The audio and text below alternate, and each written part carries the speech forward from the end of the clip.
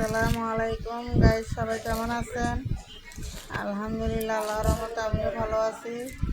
তো আজকে একটা রান্নার ভিডিও নিয়ে আসলাম। সকাল সকাল এই যে সবজি কেটে নিচ্ছি, বেগুন, সিম, আলু, এটা দিয়ে মাছ দিয়ে রান্না করব, কোরাল মাছ দিয়ে। তারপরে আবার একটা শুটকির তরকারি করব। এই যে পেঁয়াজ কেটে নিচ্ছি।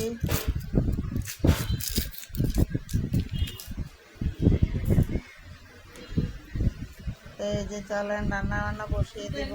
এই যে এখানে পাবদা মাছ, তারপরে পোয়া মাছ ভিজিয়ে নিচ্ছি, এগুলা টমেটো দিয়ে রান্না করব। এখানে চা রান্না করতেছি, চা খাবো একটু। এই যে মুরগির পাখনা, গিলা কলিজা, এগুলা ভুনা করব। তারপর একটা শুটকির তরকারি রান্না করব সিম আলু বেগুন দিয়ে। চলেন কুটাকাটি করে নিই। এই যে পেঁয়াজটা এভাবে কেটে নিচ্ছি ধুয়ে। একটা ব্লান্ডার আছে ছোট, ব্লান্ডারের মতো, ওটা দিয়ে অনেক সুন্দর কুচাকুচি হয়।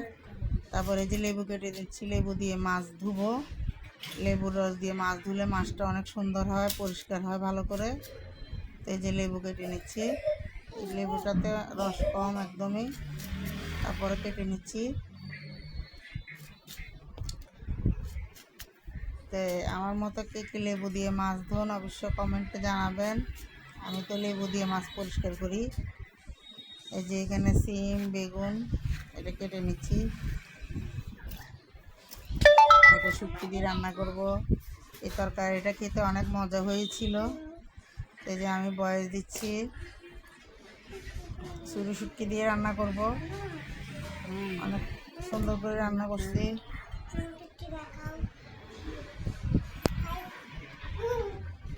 এই যে আমার পাখি, এই যে মার কাছে গিয়েছিল, চলে আসছে আবার আমার এখানে বেড়াতে, আবার চলে যাবে। এই যে সিমগুলো কেটে নিচ্ছি।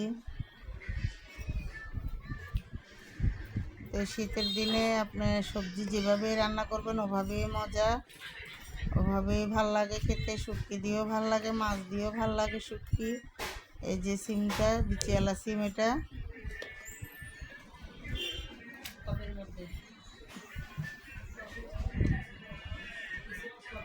সিমগুলো 2-3 দিন আগে আনা হয়েছিল। তো আজকে সবগুলো রান্না করে ফেলবো শুটকি দিয়ে। রান্না বসিয়ে দিলাম, একে একে সব রান্নাগুলো কমপ্লিট করে ফেলবো।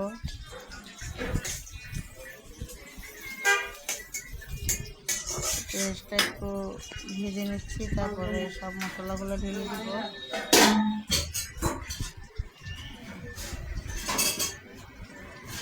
এই যে আমি কাঁচামরিচ বেটে নিছি, এই কাঁচামরিচ দিয়ে রান্না করবো আজকে। এইভাবে কাঁচামরিচ পেলে বেটে পাটায় রান্না করবেন, অনেক মজা হয়।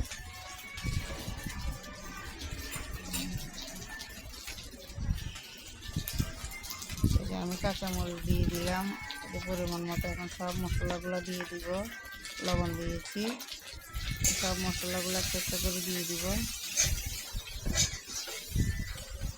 আমার ভিডিওটা আগের মতো আমি ভিডিও দিই না, আর আপনারা আমার ভিডিওটা কোনো লাইক করেন না, কমেন্ট করেন না, শেয়ারও করেন না, এই জন্য এখন ভিডিও দিতে ইচ্ছে করে না, কোনো ভিডিও দিই না।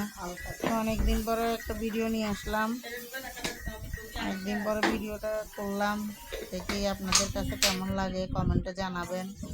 আপনারা উৎসাহ দিলেই ভিডিও ছাড়তে মন চায়।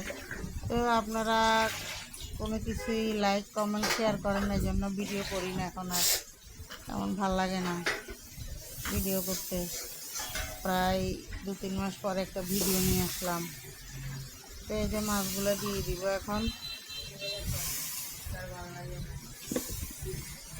তো এই যে পোয়া মাছ আর পাবদা মাছ একসাথে টমেটো দিয়ে ভুনা করব।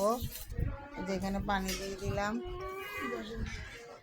এই তরকারিটাও খেতে অনেক মজা হয়েছে, মাছটা অনেক সুন্দর করে রান্না হয়েছে, একদম মাখো মাখো করে রান্না করেছি, অনেক সুন্দর হয়েছে রান্নাটা। তা আমরা তো প্রায় মাছ এভাবে রান্না করে খাই, হাতে মাখিয়ে হয়তো বা এইভাবে কাঁচা কষাই রান্না করি, এইভাবে খেতে ভাল লাগে। তো এই দেখেন এখানে মুরগির তরকারিটাও বসাই দিব। এই যে মুরগির গিলা কলিজা একটু আলু দিয়ে রান্না করব। এই যে মুরগির পাখনা গিলা কলিজা আলু দিয়ে রান্না করব, একটু মাখো মাখো ঝোল করে। এই যে সব উপকরণ এখানে দিয়ে দিলাম, সব কিছু দিয়ে দিচ্ছি একটা একটা করে।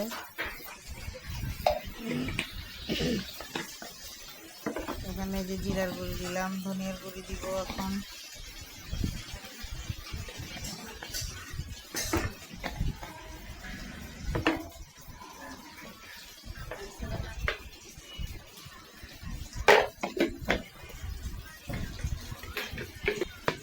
এখানে হলুদের গুঁড়ো মরিচের গুঁড়ো দিয়ে দিলাম, একটু ঝাল ঝাল করে রান্না করব। এই যে পানি দিয়ে দিলাম, নাহলে পুড়ে যাবে। মশলাটা একটু কষিয়ে নিব ভালো করে। এই যে এটা কষানো হয়ে যাচ্ছে, কষানো হলেই ঝোল দিয়ে দিব, পানি দিয়ে দিব। এই যে এখানে শুটকির তরকারিটা, মাছটাও আমার হয়ে গেছে। এখন ধনিয়া পাতা দিব।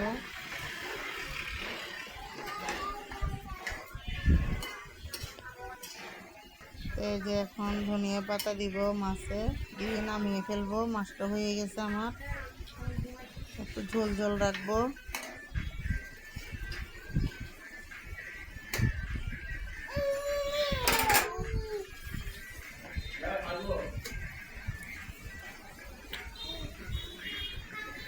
ধনিয়া পাতা দিয়ে দিলাম না,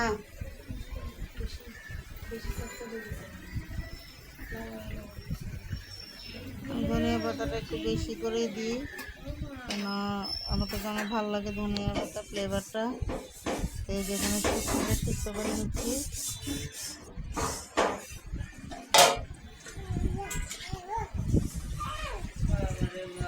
এই যেখানে একটু কাঁচামরিচ দিয়ে দিলাম মুরগির তরকারিতে। যেখানে শুটকির জন্য সব উপকরণ রেডি করে নিচ্ছি। এখানে শুটকিটা সিদ্ধ হইলেই বসিয়ে দিব। আমি তো শুটকিটা আগে তেলে তারপরে সিদ্ধ করে নিই, কেন অনেক জীবাণু থাকে শুটকিতে। এই জন্য এইভাবে গরম পানি দিয়ে সিদ্ধ করে নিলে শুটকির জীবাণু থাকবে না।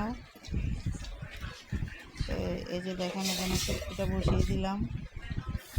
সবাই ভালো থাকবেন, সুস্থ থাকবেন। আল্লাহ হাফেজ।